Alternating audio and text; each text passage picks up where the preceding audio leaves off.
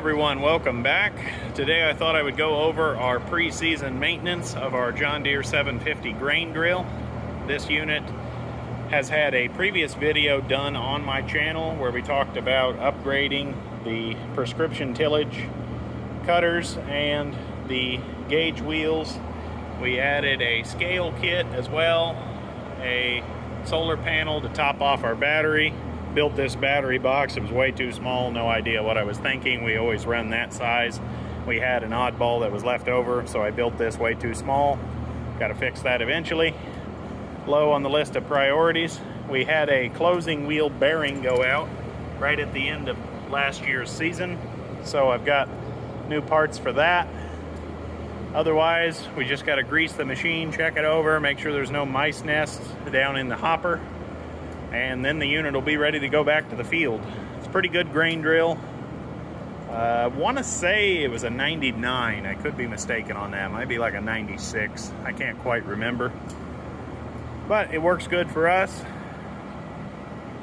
and we'll bring you guys along. First thing we need to tackle is getting this closing wheel put back on. We'll start on that right now.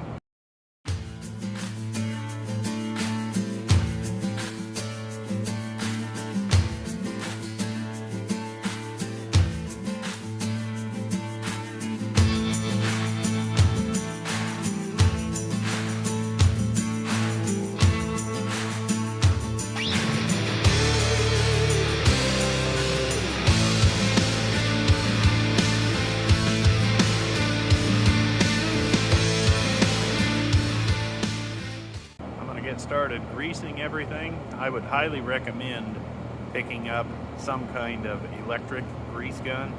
It actually makes it to where you want to grease things instead of the old hand pumpers. Let's get started.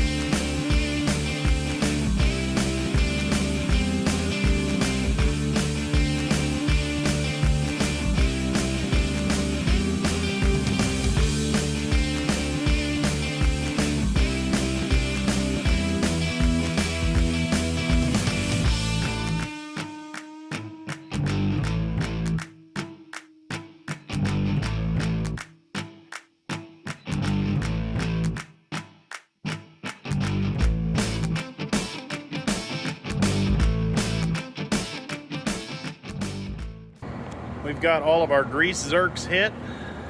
It's a good feeling. Have all of those done. It kind of takes forever. Something I like to do with a big machine like this is slap an ammo can on it. They have a watertight seal right up here. They are for carrying ammo after all. This is where I keep just obligatory spare parts, my manual, and this changer tool. This helps me change the depth on my gauge wheels. It's always handy to have your manual right on the machine with you. We need to set our cups for the large soybean setting, which is E. Go ahead and close that up. Just pop right up here and move this to the lowest position, just like that. We've got all our cups set to the E position. Now I'm going to demonstrate just on one of these, changing the depth of the gauge wheel right here. I'll get you guys on the tripod for that, and then I have to change every one of these. It's kind of a long, arduous process, but it is what it is. We're gonna go one notch down from the shallowest point because we are doing no-till, and so we should have moisture just right there. We're doing some experiments. Please stay tuned on the channel for that. We're gonna bring you guys along whether it's a success or a failure. Take your tool here. Like I said, I'm not sure why they don't come with this. Maybe they do. I just didn't get one. Stick it behind your adjustment bolt, pull back, and raise your gauge wheel like this. We're only going up one more notch. done with these two tools. We have our cup set. We have our gauge wheel set as well. Everything has been greased. Getting ready to back the tractor in, hook up. Our solar is blinking. Don't know if that's coming through on camera, so that's good. Scale is coming to life. It's got to settle out. It takes a little bit. We'll have to re-zero, of course.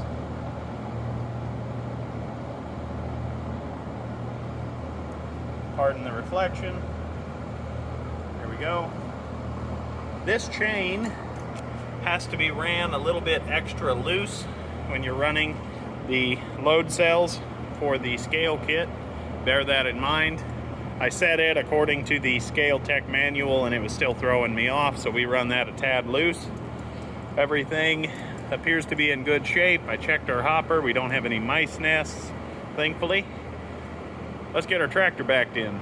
I will be completely honest, this thing kind of sucks to hook up by yourself, so it might take me a few times.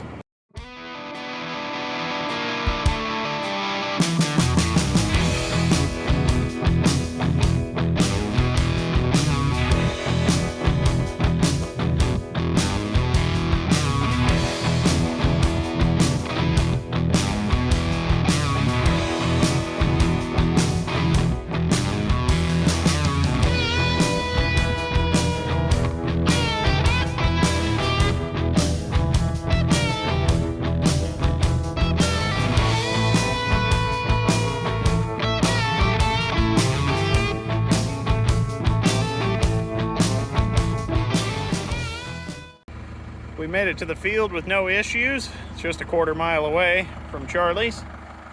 The New Holland TS110 is ready to get back to work. I used this tractor quite extensively last fall. No-tilling cover crop rye in for a neighbor. Had a blast doing it.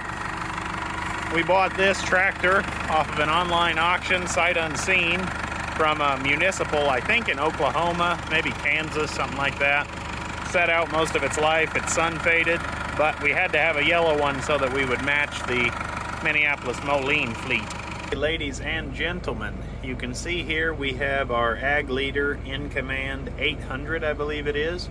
I've done a previous video on this, setting this all up, and so far I'm really enjoying it, but I thought we would do a quick test. This is going to be the first year that I've actually got to use it full throttle, full bore. I'm very excited about it, obviously. Right now, we need to set our AB line. So what I'm going to do is drive to the far end of the field, get all turned around, get all situated. We're going to set our A point. Then I'm going to drive all the way down, set our B point, and then I'm going to drive right back down the same line, and I'm going to see how close I get to a wrought iron fence post. And we'll see how good this Ag Leader In Command 800 is. You can see here that the screen is calling for us to set our A point right now, so I'm going to go ahead and do that. A, and now the machine is calling for us to set our B point. I'm going to go stick a couple of these wrought iron fence posts on each side of the grain drill, and then I'm going to drive all the way down, set our B point, turn around, and see if we can drive right between them again. I really have no idea if this is how this machine is designed to work, but I've set two of our fence posts at 6 inches. You can see there, we're very close. And this one we have set right at the 6-inch mark. Like I said, I really don't know if this machine can pull this off. Like I said, this is my first year kind of playing with a GPS system. So we're going to drive all the way down. We're going to mark our B point, and then we're going to come all the way back up and see if we can drive between these posts. I don't know if that will work. If we do fail our first test, we will stop, reset our posts, and then drive the same line again. Maybe setting our B point down there would throw us off somehow. I'm not exactly sure, but we're gonna learn together. Okay, I have 5 low selected. We're in forward. Our gears are all selected. We're gonna start moving.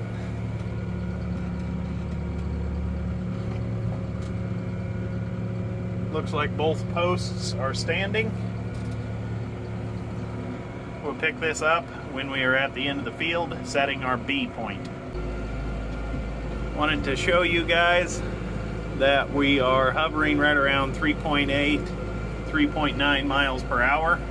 The way I am told, you can go out here, do circles, loop-de-loos, whatever you want to do. As long as you set your A point, then you can drive down here, do whatever you want, and as long as you're satisfied with your B point, if you set it there, it'll be a straight line between the 2 points.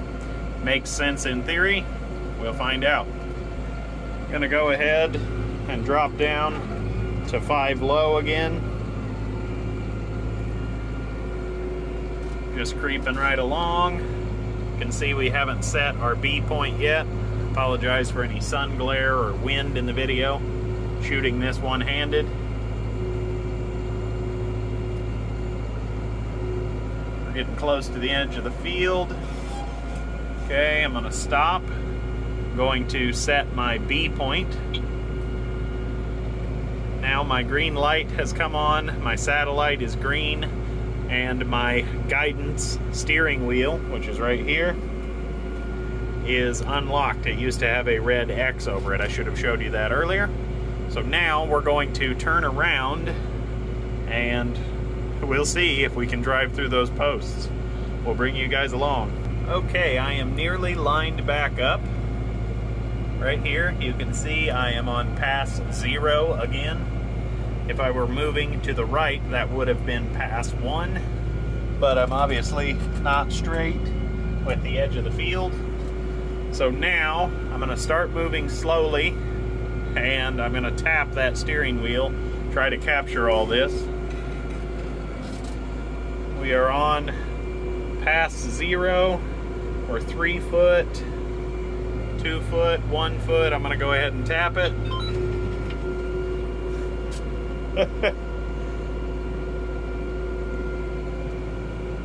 Okay, guys.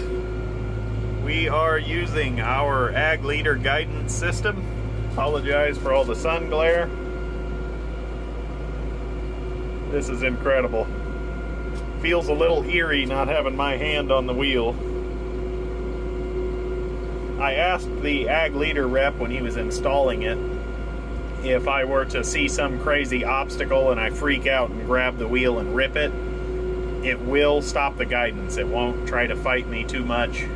He said I think a certain amount of poundage is required to do that. It's just nothing more than your hand grabbing and turning the steering wheel.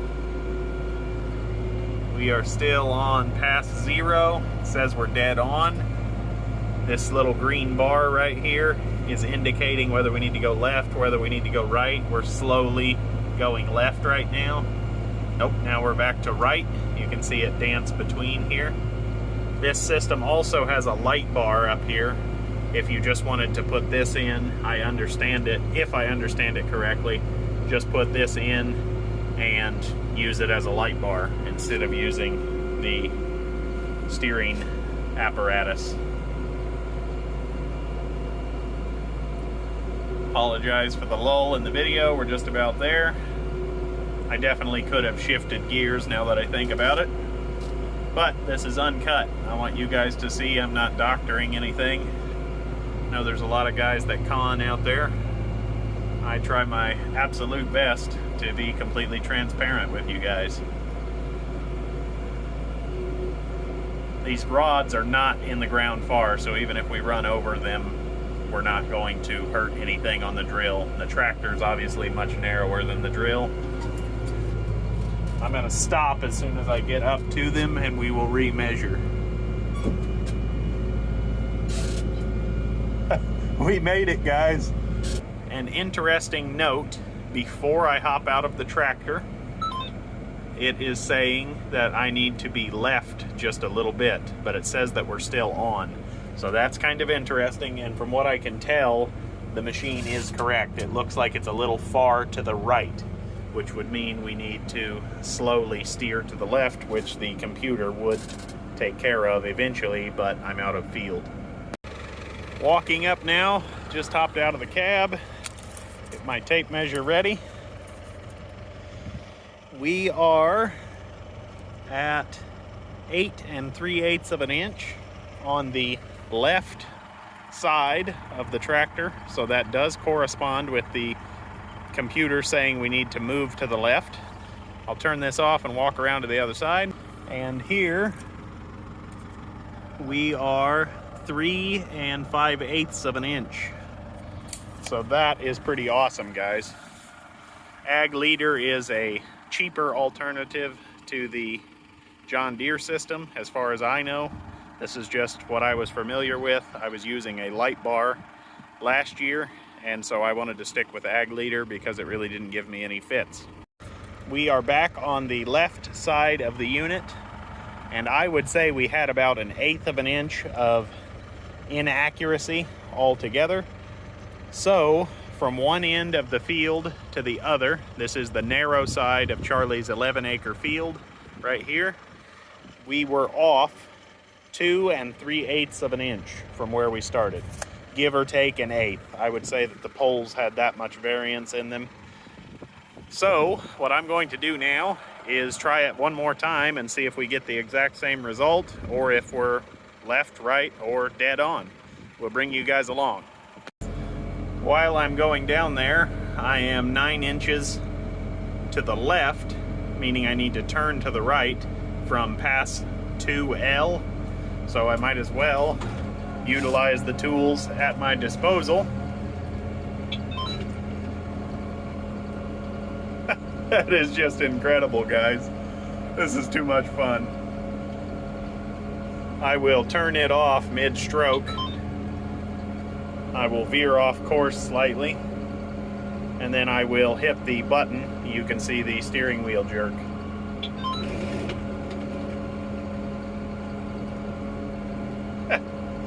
Oh, wow. What an age to be alive in. I know I'm very, very late to the game on GPS systems. I know they've been around a long, long time, but this is the first one I've ever had, and I'm like a kid in a candy shop. We'll check back in once we start on pass 0 again.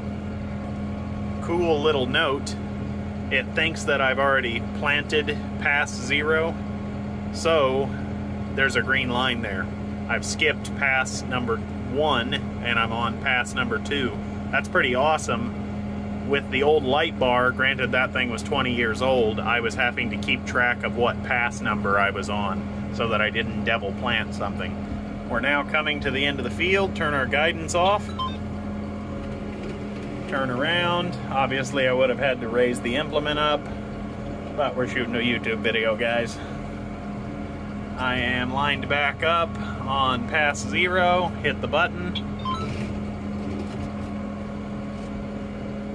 Machine takes over. I will check back in this time once I am down at the posts again. We are still on pass 0, as you can see. Don't know if you'll be able to pick the rods. Should have had some flags on them, hindsight being 20/20. Let me whip you guys around. We'll get ready to stop. Uh-oh. We hit one. Let's see how far off we are this time.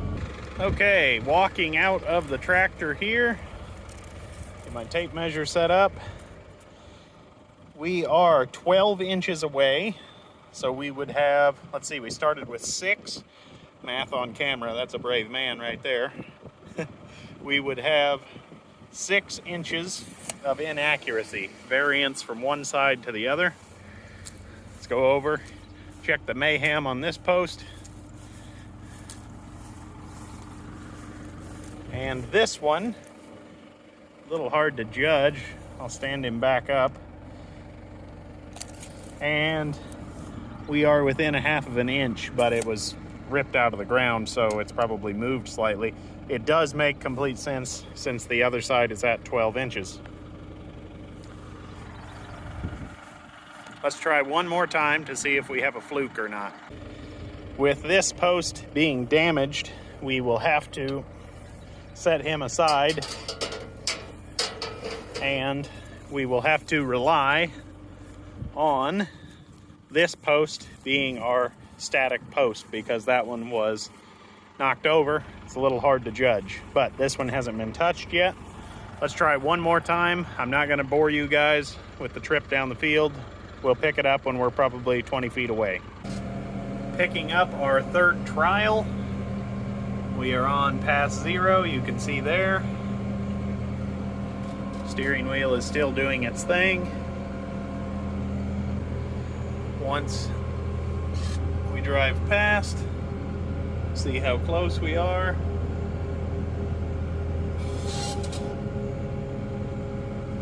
There we go. Put our machine in double neutral.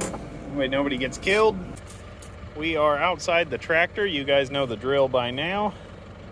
We are 10 3/4 of an inch away from our static post.